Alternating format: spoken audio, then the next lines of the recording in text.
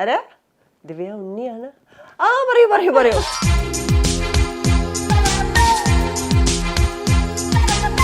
ഈ figure maintain ചെയ്യാൻ ചെറുപ്പക്കാർക്ക് കൊടുക്കുന്ന ഒരു ഉപദേശം എന്താണ്? വിശക്കുമ്പോഴൊക്കെ ഇന്റർവ്യൂ കാണും. അപ്പൊ ചേച്ചിയുടെ വയറ് നിറയുന്നല്ലേ? വിശപ്പ് കെട്ടുപോ. എങ്ങനെ സാധിക്കുന്നു? അല്ല ശരിക്കും ഇതിന് വരെ boost കുടിച്ചിട്ടോ? Boost is the secret of my energy. അല്ല ഇതൊക്കെ റിഹേഴ്സൽ ആണോ അതോ ഇതൊക്കെ തന്നെ വരും? എല്ലാം എന്റെ കയ്യിലുള്ളതാ. ഞാനിവിടെ കല ബന്ധിപ്പിക്കുന്നു ഒരു കോണിൽ നിന്ന്. ഇതിവിടെ നാച്ചുറൽ ഇതിങ്ങനെ ഇങ്ങനെ പറന്ന് വരാണ്. വീണ മുകുന്ദൻ എന്നാണ് പേര്. അപ്പൊ വീണില്ലെങ്കിലോ എന്നാണ് ദിവ്യ ഉണ്ണി എന്നുള്ള പേര് വെച്ചിട്ട് എങ്ങനെ എന്തെങ്കിലും കളിയാക്കലുകൾ നേരിട്ടിട്ടുണ്ടാവും? ഇവിടെ ദിവ്യ ഉണ്ണി, അമേരിക്കയിൽ ദിവ്യ യൂണി ആയി. അത് അവരവിടെ അങ്ങനെ പറയണേ, യൂണി. ദിവ്യ യൂണി, യു നെക്സ്റ്റ്. സിനിമാ നടിമാരെല്ലാരും വിവാഹിതരായി വിദേശത്തേക്ക് പോകുന്നു, ഡാൻസ് ക്ലാസ് തുടങ്ങുന്നു. ഇത്രയും പേര് അവിടെ ഡാൻസ് പഠിക്കാനുണ്ടോ? നമ്മൾ അടിച്ചേൽപ്പിക്കുന്നത്.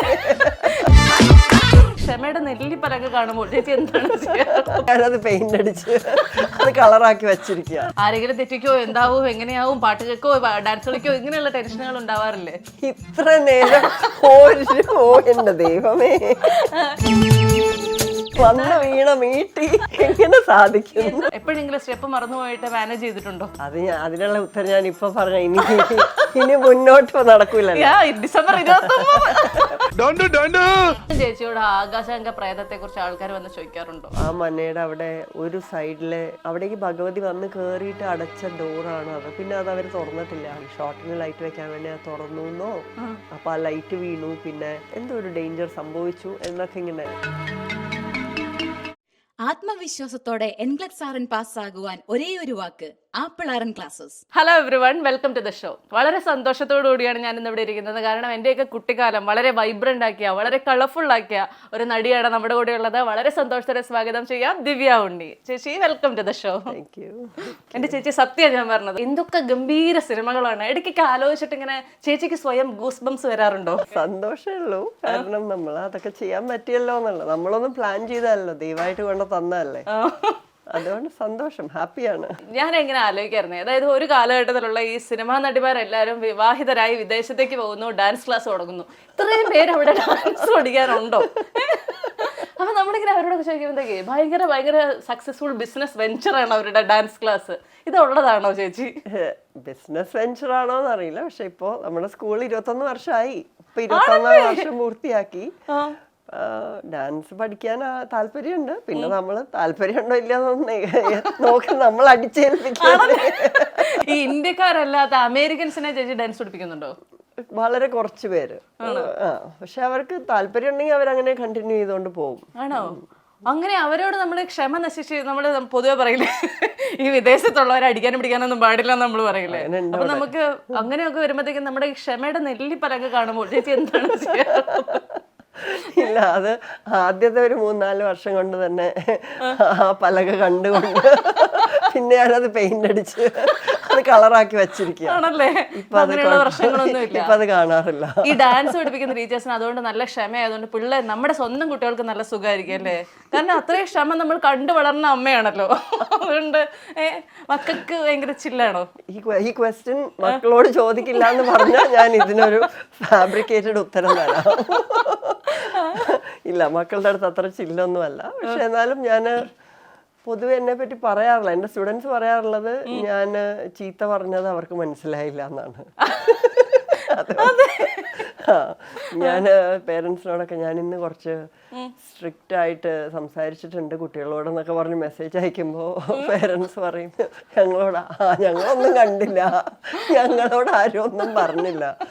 അതുകൊണ്ട് അത്ര വലിയ സ്ട്രിക്റ്റ് ഒന്നുമല്ല. ഇല്ല, മൊത്തത്തിൽ കളിചിരിയിലാണ് ഞാൻ കാര്യങ്ങൾ പറയാറുള്ളത്. ഈ കേരളത്തിലും ഇന്ത്യയിലും കാണാൻ കിട്ടാത്ത ചേച്ചി വല്ലപ്പോഴും ഇങ്ങനെ ഇന്ത്യയിലേക്ക് വരുമ്പോൾ ഒരു പ്രത്യേക പേർപ്പസ് ആയിട്ടാണ് വരാറുള്ളതെന്ന് അറിയാം. ഇത്തവണയും ഒരു പുതിയ അജണ്ടയുമായിട്ടാണ് വന്നേക്കുന്നത്. ഗൈസ് എന്താണെന്നുള്ളതല്ലേ ചേച്ചി തന്നെ പറയും. ഡിസംബർ 29 മൃദംഗനാദം എന്ന് പറഞ്ഞിട്ട് ഒരു ഇവന്റിന് വേണ്ടിയിട്ടാണ് വന്നിരിക്കുന്നത്. അത് 12,000 ഭരതനാട്യം നർത്തകർ ഒന്നിച്ച് അണിനിരക്കുന്നു ഒരേ വേദിയിൽ. അത് ഒരു ഗിന്നസ് റെക്കോർഡിനുള്ള ഒരു അറ്റംപ്റ്റ് ആണ്. പക്ഷെ ചേച്ചി 1 2 എന്നല്ല 12,000 പേര് നെഞ്ചുവേദന എടുക്കുന്നുണ്ടോ ആലോചിച്ചിട്ട്? ഇല്ല നെഞ്ച് ഇങ്ങനെ സന്തോഷം കൊണ്ട് ഉള്ള ഒരു തിങ്ങലാണ്. അത്രേ ഉള്ളൂ അല്ലേ? അല്ലാതെ ആരെങ്കിലും തെറ്റിക്കോ, എന്താവോ, എങ്ങനെയാവും, പാട്ട് കേൾക്കോ, ഡാൻസ് കളിക്കോ, ഇങ്ങനെയുള്ള ടെൻഷനുകൾ ഉണ്ടാവാറില്ലേ? ഇത്ര നേരം എന്റെ ദൈവമേ, എനിക്ക് ഒരു ടെൻഷനും ഇല്ലായിരുന്നു. ഇതൊക്കെ ചോദിച്ചു കൊച്ചു കൊളാക്കുന്നത് അങ്ങനെയല്ലേ? അതാണ് എനിക്ക് മനസ്സിലാവുന്നുണ്ട് ചേച്ചി. പക്ഷെ വീണ മീട്ടി കമ്പി വലിക്കാൻ തുടങ്ങി. എങ്ങനെ സാധിക്കും എന്താന്നറിയില്ല ചേച്ചി. ഞാനിങ്ങനെ അപാരം തന്നെ. ഞാനൊരു റെക്കോർഡ് ഞങ്ങക്ക് കിട്ടിയാലില്ലെങ്കിലും വീണയ്ക്ക് ഒരെണ്ണം വാങ്ങി തരണം കേട്ടോ പോകുന്നതിന് മുൻപ്. ഡാൻസ് അവിടെ നിൽക്കട്ടെ. എനിക്കറിയാം ചേച്ചിയുടെ ഏറ്റവും വലിയ സംഭവം ഡാൻസ് ആണെങ്കിൽ എനിക്ക് സിനിമ വിട്ടിട്ടൊരു കളിയില്ലല്ലോ. അതുകൊണ്ട് ചേച്ചി സ്വന്തമായിട്ട് അഭിനയിച്ച സിനിമകളിൽ ചേച്ചി എപ്പോഴും പാടി നടക്കാറുള്ള ഒരു പാട്ട് ഏതാണ്? പ്രത്യേകിച്ച് പാടാറൊന്നുമില്ല, എല്ലാവരും ഒത്തിരിയാണ് പാടാറ്. ആണ് ചേച്ചി സ്വന്തമായിട്ട് പാടാറില്ലേ? ഞാനോ? ഞാൻ ആദ്യം പാടിയിട്ടാണല്ലോ എല്ലാരും പാടിയത്.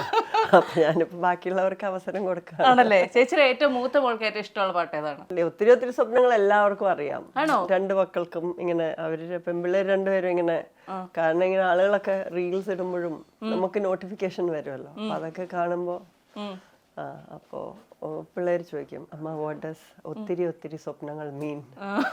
ഞാൻ പറയുമ്പോ ലോട്ട് ഓഫ് ഡ്രീംസ്. അമ്മയ്ക്ക് ഒരുപാട് ഡ്രീംസ് ഉണ്ട്. ഞാൻ പറഞ്ഞ ഉണ്ട് മക്കളെ. ഞാൻ പെട്ടെന്ന് ചോദിച്ചോട്ട് കുറച്ച് അധികം ചോദ്യങ്ങൾ ഒരുമിച്ച് ചോദിക്കാൻ പോകട്ടോ. എനിക്ക് പൊതുവെ സ്പീഡ് കൂടുതലാണ്, എന്നാലും ഓക്കെ.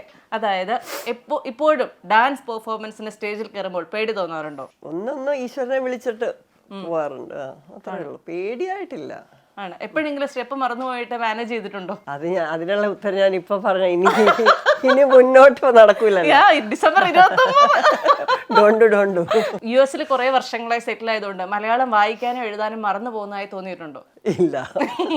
വായിക്കാനും എഴുതാനും അറിയാം, പറയാനറിയാതെ എനിക്ക് മനസ്സിലായി. വായിക്കാനും എഴുതാനും പിന്നെ കറക്റ്റ് ആയിട്ട് അറിയാം. ഇപ്പോഴും നമ്മൾ പ്രോഗ്രാമിനൊക്കെ പോകുമ്പോ മലയാളി ഓഡിയൻസ് ആണെങ്കിൽ മലയാളത്തിലല്ലേ നമ്മൾ ഇൻട്രോ പറയണ്ടേ? സത്യമായിട്ടും ചേച്ചിയുടെ ചില ഇൻട്രോ കേട്ട് ഞാൻ ഞെട്ടിപ്പോയി. എങ്ങനെ ഇങ്ങനെ മലയാളം പറയുന്നതെന്ന്. സത്യം. ഏത് ഇൻട്രോ കേട്ടെ? അതെന്ത് ഈ മൃദംഗനാഥത്തിന്റെ ഇൻട്രോ? എന്റെ പൊന്നെ, ഇനി പറഞ്ഞോ. എന്തായിരുന്നു അത്? അത് ഏഷ്യാനെറ്റിൽ ഒരു ക്ലിപ്പിംഗ് കണ്ടു. അപ്പൊ ഇങ്ങനെ മലയാളമൊക്കെ ഇത്ര സ്ഫുടമായി സംസാരിക്കുന്ന എന്റെയൊക്കെ ഫ്രണ്ട്സ് ഉണ്ട്. അപ്പൊ അവരിങ്ങനെ വിദേശത്തേക്ക് പോയാൽ 6 മാസം കൊണ്ട് ഒരു മലയാളം മറക്കും. പിന്നെ എനിക്ക് മലയാളം അറിയുകയില്ല എന്ന് പറയാറുള്ളൂ. ഇല്ല, എനിക്ക് കുറച്ച് മലയാളത്തിനോടും പിന്നെ കുറച്ച് കവിത ഇഷ്ടം കൂടുതലാണ്. അതാണ്. ഓർമ്മകൾ ഉണ്ടായിരിക്കണം, ഇല്ലെങ്കിൽ ആരെന്തും ആർക്കറിയാം, സബലമീ യാത്ര ഫാനൊക്കെയാണ്. അതുകൊണ്ട് കുറച്ച് കവിത ഇഷ്ടമുള്ളത് കൊണ്ടും നമ്മൾ ഡാൻസിലും നമ്മൾ ഡീൽ ചെയ്യുന്നത് പോയട്രി അല്ലേ, അതൊക്കെ കൊണ്ട്. മക്കൾ മലയാളം പറയണമെന്നോ മനസ്സിലാക്കണമെന്നോ വാശിയുള്ള ഒരമ്മയാണോ? വാശിയൊന്നും ആരുടെ അടുത്തും എടുക്കാറില്ല, ആഗ്രഹമുണ്ട്. ആരെങ്കിലും മലയാളം വന്നിട്ട് കൃത്യമായി പറയൂ? ഇളയാള് നല്ലോണം സംസാരിക്കും. ആണോ? സാധാരണ നേരെ തിരിച്ചല്ലേ, നമ്മുടെ ഏറ്റവും മുതിർന്ന ആൾക്കല്ലേ ഏറ്റവും കൂടുതൽ ഇങ്ങനത്തെ ട്യൂഷൻ കൊടുക്കുക. ഇതെങ്ങനെ? അതെന്താന്ന് വെച്ചാൽ ഇളയാള് ജനിച്ച സമയത്ത് എന്റെ പേരൻസും അരുണിന്റെ പേരൻസും അവിടെ ഉണ്ടായിരുന്നു. അപ്പൊ എല്ലാവരോടും സംസാരിച്ചിട്ട് മൂത്ത ആളുകള് 2 പേരും മനസ്സിലാവും, പക്ഷെ സംസാരിക്കാൻ കുറച്ച് മടിയുള്ള ആൾക്കാരാണ്. മടിയല്ല, അവർക്കൊരു, അതായത് നമ്മൾ മലയാളികൾ മാത്രമല്ല ആരാണെങ്കിലും നമ്മൾ ഈ ആക്സന്റ് കേട്ടാലോ അല്ലെങ്കിൽ മലയാളം പറയാൻ ശ്രമിക്കുന്നവരോടൊക്കെ നമ്മൾ ഇങ്ങനെ ഉടനെ നമ്മൾ ചിരിച്ച് അവരെ പ്രോത്സാഹിപ്പിക്കുമല്ലോ. അപ്പൊ തന്നെ അവരെ ആഗ്രഹമൊക്കെ കെട്ടിപ്പൂട്ടി വെക്കും അങ്ങനെ. അതുകൊണ്ട് അത് ഞാൻ ആദ്യമൊക്കെ എനിക്കും ഇവരീ മുദ്രകൾ പഠിപ്പിക്കില്ലേ നമ്മള് ഭരതനാട്യത്തിൽ പതാക ത്രിപദ, അതൊക്കെ പഠിപ്പിക്കുമ്പോ തന്നെ ഇവരുടെ പ്രൊനൗൺസിയേഷൻ കേട്ടിട്ട് ഇപ്പൊ സൂചിക്ക് സൂഷി എന്നൊക്കെ പറയും ആദ്യം പിള്ളേർ. അപ്പൊ ആദ്യമൊക്കെ എനിക്ക് ചിരി വരുമായിരുന്നു, പക്ഷെ നമ്മൾ ചിരിച്ചു പോയാൽ പിന്നെ ഇതുങ്ങളൊന്നും പറയില്ല. അതുകൊണ്ട് നമ്മള് സൂഷിയെങ്കിൽ സൂഷി എന്താന്ന് വെച്ചാല് അപ്പൊ അങ്ങനെ ഞാൻ പഠിച്ചു. അതുകൊണ്ട് ഞാനിപ്പോ സ്ട്രെയിറ്റ് ഫേസ് വെക്കുന്നോണ്ട് പിന്നെ അവര് കുറച്ചും കൂടെ മോട്ടിവേറ്റഡ് ആണ്. അല്ലെ? ഇതിൽ ഏത് കുട്ടിയായിരുന്നു ചേച്ചിക്ക് തലയിൽ വെക്കാനായി ഒരുപാട് ചെമ്പരത്തിപ്പ് കൊണ്ടുതന്നത്? ആ കഥ ചേച്ചി അറിയും? അത് ഏറ്റവും ചേച്ചി ആ കഥ ഒന്ന് പറ ചേച്ചി, കേക്കട്ടെ എല്ലാവരും. ഇല്ല, അത് അത്രേ ഉള്ളൂ അത് കഥ. അതായത് പെട്ടെന്നൊരു ദിവസം അങ്ങനെ പറയണം, നല്ല സാഹിത്യപരമായിട്ട്. അതായത് ഒരു സുപ്രഭാതത്തിൽ അല്ലേ, അങ്ങനെ അത് ടു മച്ച് ആയിപ്പോയി. ഓക്കെ, ഒരു ദിവസം രാവിലെ ഞങ്ങൾ പ്രാതൽ ഭക്ഷണം അത്ര വേണ്ടായിരുന്നു. വേണ്ട, ഓക്കെ. ബ്രേക്ക്ഫാസ്റ്റ് ഒക്കെ കഴിഞ്ഞ് ഞങ്ങൾ അവിടെ ഇരിക്കുമ്പോൾ ഞാൻ പതിവ് പോലെ എല്ലാത്തിൻ്റെ ഇടയ്ക്ക് നമ്മൾ സ്ക്രോൾ ചെയ്യുന്ന സ്വഭാവമുള്ളത് കൊണ്ട് നമ്മൾ ഫോൺ തുറക്കുകയും അതിൽ ആ ഒരു റീല് വരുന്നു കല്യാൺ സൗന്ദര്യത്തിന്. അപ്പോൾ അതമ്മയാണോ? ഞാൻ പറഞ്ഞു അതമ്മയാണ്. അമ്മ എന്താ അമ്മ ഇത് പൂ വെച്ചിട്ടാണ്? ഞാൻ പറഞ്ഞു അത് ആ സീനിൽ അങ്ങനെ വായിക്കും. ഓ അമ്മയ്ക്ക് ഇത് ഇഷ്ടമാണോ? അപ്പോൾ ഞാൻ പറഞ്ഞു കൊച്ചല്ല, അതിന് 3.5 വയസ്സായി, ഇവിടെ എന്ത് ഇത് മുഴുവൻ പറയാൻ പറ്റില്ലല്ലോ. അപ്പം ഞാൻ പറഞ്ഞു ഇഷ്ടമാണ്. ഉടനെ പോയി കുറേ പറിച്ചുകൊണ്ട് വന്ന് തന്നു. അപ്പോൾ ഞാൻ പറഞ്ഞു അല്ല ഞാൻ ഇതിൽ ഇത്ര വെച്ചിട്ടില്ലേ, അതാണ് അമ്മയെ ഞാൻ ഇനിയും കൊണ്ടു തന്നത്, അമ്മ വെച്ചോളൂ എന്ന് പറഞ്ഞു. വളരെ ഇന്നസെന്റ് ആയിട്ടാണ് അവൾ പറഞ്ഞത്. അതെവിടെ നിന്ന് കിട്ടി? അതൊക്കെ എനിക്ക് കിട്ടി, ഇതൊക്കെ ഞാൻ കണ്ടുപിടിച്ചു. What A researcher. അത് അപ്പൊ ചേച്ചി കൊച്ചിനോട് പറഞ്ഞു കൊടുത്തു, ഇത് മോനെ ഇത് നമ്മൾ മലയാളത്തിൽ വട്ടുള്ളവർ വെക്കുന്നു. ഇല്ല, അത് ഞാനായിട്ട് അങ്ങനെ ഒരു പേരുദോഷം ഇനി ആ പൂവിന് കേൾപ്പിക്കണ്ടെന്ന് വിചാരിച്ച് ഞാനൊന്നും പറഞ്ഞില്ല. ഞാൻ ആണല്ലേ? അത് എങ്കിൽ അവന്റെ ഒരു സന്തോഷത്തിന് ആ പൂ കുറച്ച് വെച്ചും കൂടെ കാണിച്ചു കൊടുക്കാൻ. അത് മാത്രല്ല, അത് മറ്റേ ഇതായിരുന്നു, ലാവൻഡർ ചെമ്പരത്തിയായിരുന്നു. ഓ അത് ശരി, ഡിഫറെന്റ്. പിന്നെ അല്ല. മലയാള സിനിമയിലെ ദിവ്യ ഉണ്ണിയുടെ ഗോൾഡൻ പീരിയഡ് മിസ് ചെയ്യാറുണ്ടോ? നമ്മളെപ്പോഴും ഗോൾഡൻ അല്ലേ. Thank you. such a beautiful answer. Okay, dance ഒരു വീക്ക്നെസ് ആണോ? ഡാൻസ് ജീവിതമാണ്, വീക്ക്നെസ് ഒന്നുമല്ല. അപ്പൊ ദിവ്യ ചേച്ചിയുടെ വീക്ക്നെസ് എന്താണ്? അങ്ങനെ പ്രത്യേകിച്ച് വലിയ വീക്ക്നെസ് ഒന്നുമില്ല. ഡാൻസ് അതല്ലാണ്ട് അതിനെ എന്താ മാറ്റി നിർത്തിക്കൊണ്ടൊന്നും ചിന്തിക്കാൻ കഴിയാത്തതാണ്. അതായത് ഇപ്പോൾ 2-3 ദിവസം ഒന്നും ഡാൻസ് റിലേറ്റഡ് ആയിട്ട് ചെയ്തില്ല, അയ്യോ എന്ത് ചെയ്യും നമ്മൾ, അയ്യോ ഞാൻ ഈ ചെയ്യണത് ശരിയല്ല, ആ ഒരു അത് വന്നുകൊണ്ടിരിക്കും. അത് പക്ഷെ തെറ്റൊന്നുമല്ല, നല്ല കാര്യം തന്നെ. ഇനി ഇന്നത്തെ ചോദ്യത്തിന് വളരെ ആത്മാർത്ഥമായിട്ട് ഉത്തരം പറയണേ.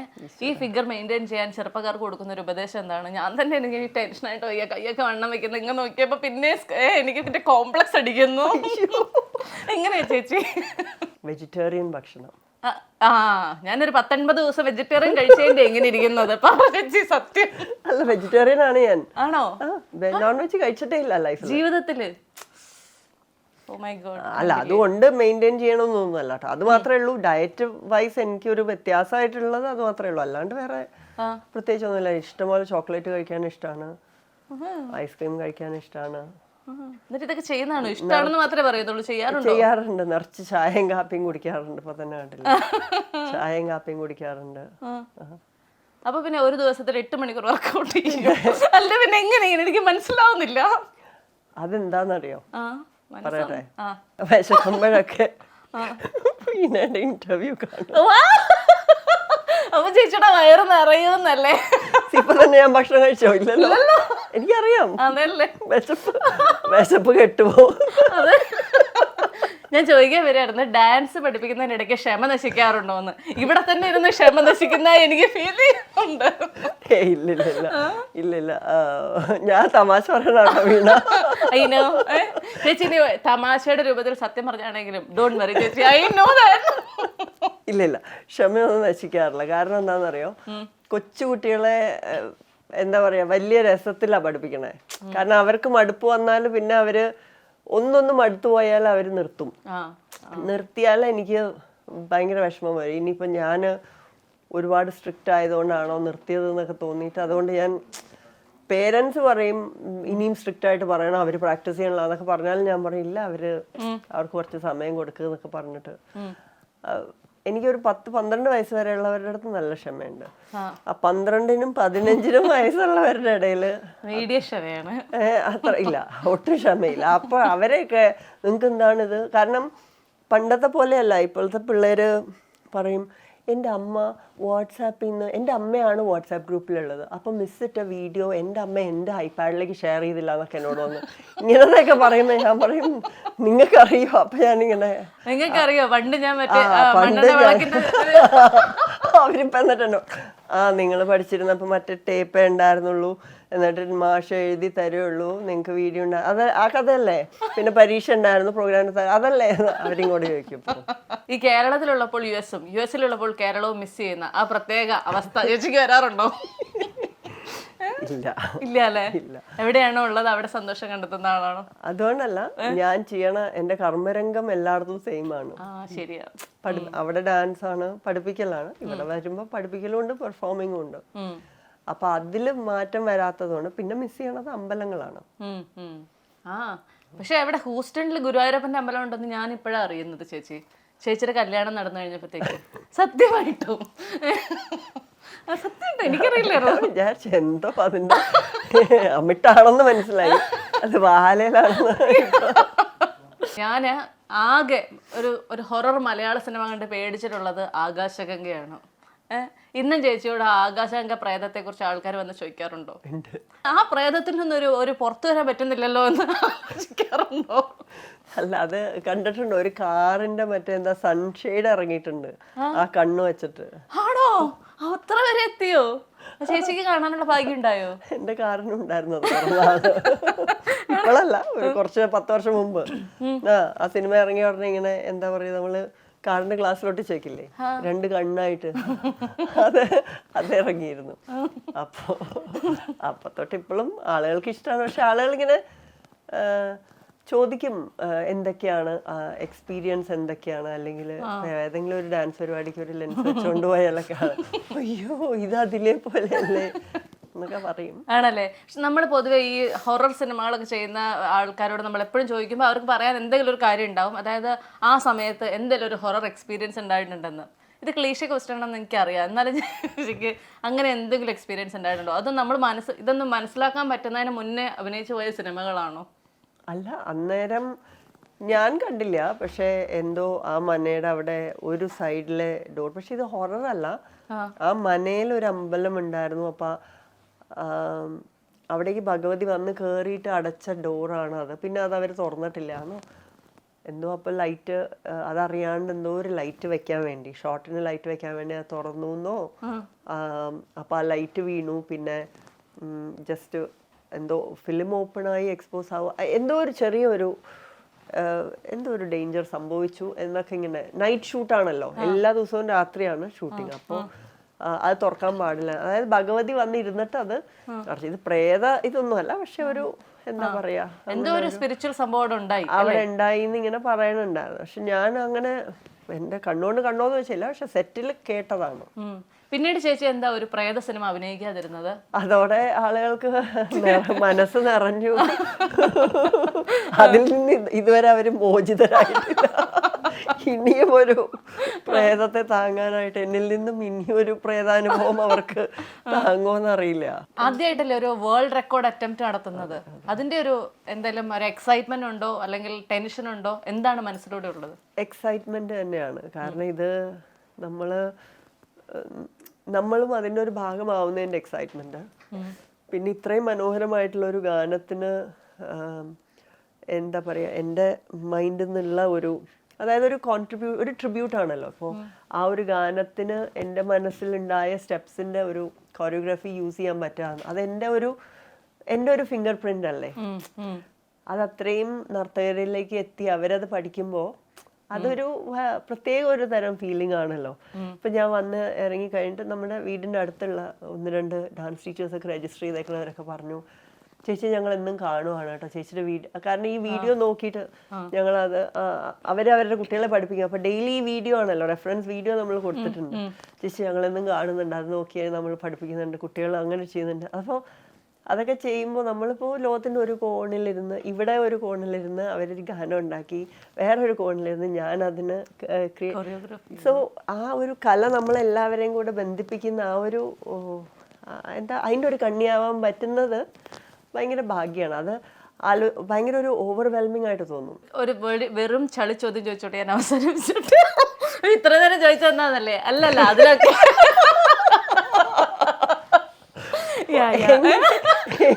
എങ്ങനെ സാധിക്കുന്നു? അല്ല ശരിക്കും ഇതിന് വരെ ബൂസ്റ്റ് കുടിച്ചിട്ടോ? അല്ല, ഇതൊക്കെ റിഹേഴ്സൽ ആണോ അതോ ഇതൊക്കെ തന്നെ വരുന്നത്? എന്റെ കയ്യിലുള്ളതാ. ഇതൊക്കെ തന്നെ വരുന്നത്? ഡാൻസ് തന്നെ വരുന്നില്ലേ? ഞാനിവിടെ കല ബന്ധിപ്പിക്കുന്നു ഒരു കോണിൽ, ഇതിവിടെ നാച്ചുറൽ ഇതിങ്ങനെ പറന്ന് വരാണ്. അതായത് ചോദ്യം എന്താന്ന് വെച്ച് കഴിഞ്ഞാൽ ചേച്ചി എല്ലാ ധൈര്യവും സംഭരിച്ചു. അതായത് ഇപ്പൊ എന്നെ ഇങ്ങനെ വീണ മുകുന്ദൻ എന്നാണ് പേര്, അപ്പൊ വീണില്ലെങ്കിലോ എന്ന ആൾക്കാർ കേൾക്കാറുണ്ട്. അതുപോലെ ചേച്ചി എന്തായാലും ദിവ്യ ഉണ്ണി എന്നുള്ള പേര് വെച്ചിട്ട് എങ്ങനെ എന്തെങ്കിലും കളിയാക്കലുകൾ നേരിട്ടിട്ടുണ്ടാവും? ഇല്ല, നമ്മള് ഫുൾ ഓൺ പ്രൊട്ടക്ഷൻ വെച്ചിട്ടാണ്. കാരണം എൻ്റെ അമ്മ പഠിപ്പിക്കുന്ന സ്കൂളിലാണ് ഞാൻ പഠിച്ചത്. അവിടെ ആരെങ്കിലും എൻ്റെ ലാസ്റ്റ് നെയിം എന്നെ എങ്ങാനും എന്തെങ്കിലും പറഞ്ഞാല് തീർന്നു, കഴിഞ്ഞു. അതുകൊണ്ട് അവിടെ ടേക്കൺ കെയർ ആണ്. പിന്നെ കോളേജിൽ പഠിക്കുമ്പോ അത് ഇതിപ്പോ വെറുതെ ഞാൻ ഹലോ ഞാൻ ദിവ്യാണ്, ആരാ ദിവ്യ ഉണ്ണിയാണ്, ആ പറയൂ അങ്ങനെയാണ് ആദ്യം തൊട്ടേയുള്ള റിയാക്ഷൻ. ഇങ്ങനെയാണ്. ആ ലാസ്റ്റ് നെയിം പറഞ്ഞില്ലെങ്കിൽ നമ്മളില്ല. അപ്പൊ അതുകൊണ്ട് അത് ഒരു ക്രെഡിറ്റ് തന്നെയാണ്. പിന്നെ അത് ഇവിടെ ദിവ്യ ഉണ്ണി, അമേരിക്കയിൽ ദിവ്യ യൂണി ആയി. അത് അവരവിടെ അങ്ങനെ പറയണേ, യൂണി ദിവ്യ യൂണി യു നെക്സ്റ്റ് അങ്ങനെ പറയാം. അവര് എന്തെങ്കിലും അപ്പോയിന്റ്മെന്റിനൊക്കെ വിളിക്കും. ചേച്ചിയുടെ പുതിയൊരു അറ്റംപ്റ്റിന് എല്ലാവിധ ഭാവങ്ങളും നേരെയാണ്. ഗംഭീര വിജയമാകട്ടെ, ഒരുപാട് പേർ കാഴ്ചക്കാരായിട്ട് എത്തട്ടെ, ഒരുപാട് ആളുകളിലേക്ക് ഇത്തരം ഒരു അറ്റംപ്റ്റിനെ കുറിച്ചുള്ള വാർത്തകൾ എത്തട്ടെ. ഓൾ ദ വെരി ബെസ്റ്റ് ചേച്ചി. Thank you so much. Thank you. ആത്മവിശ്വാസത്തോടെ എൻഗ്ലക്സ് ആർ എൻ പാസ്സാകുവാൻ ഒരേ ഒരു വാക്ക്, ആപ്പിൾ ആർ എൻ ക്ലാസ്സസ്.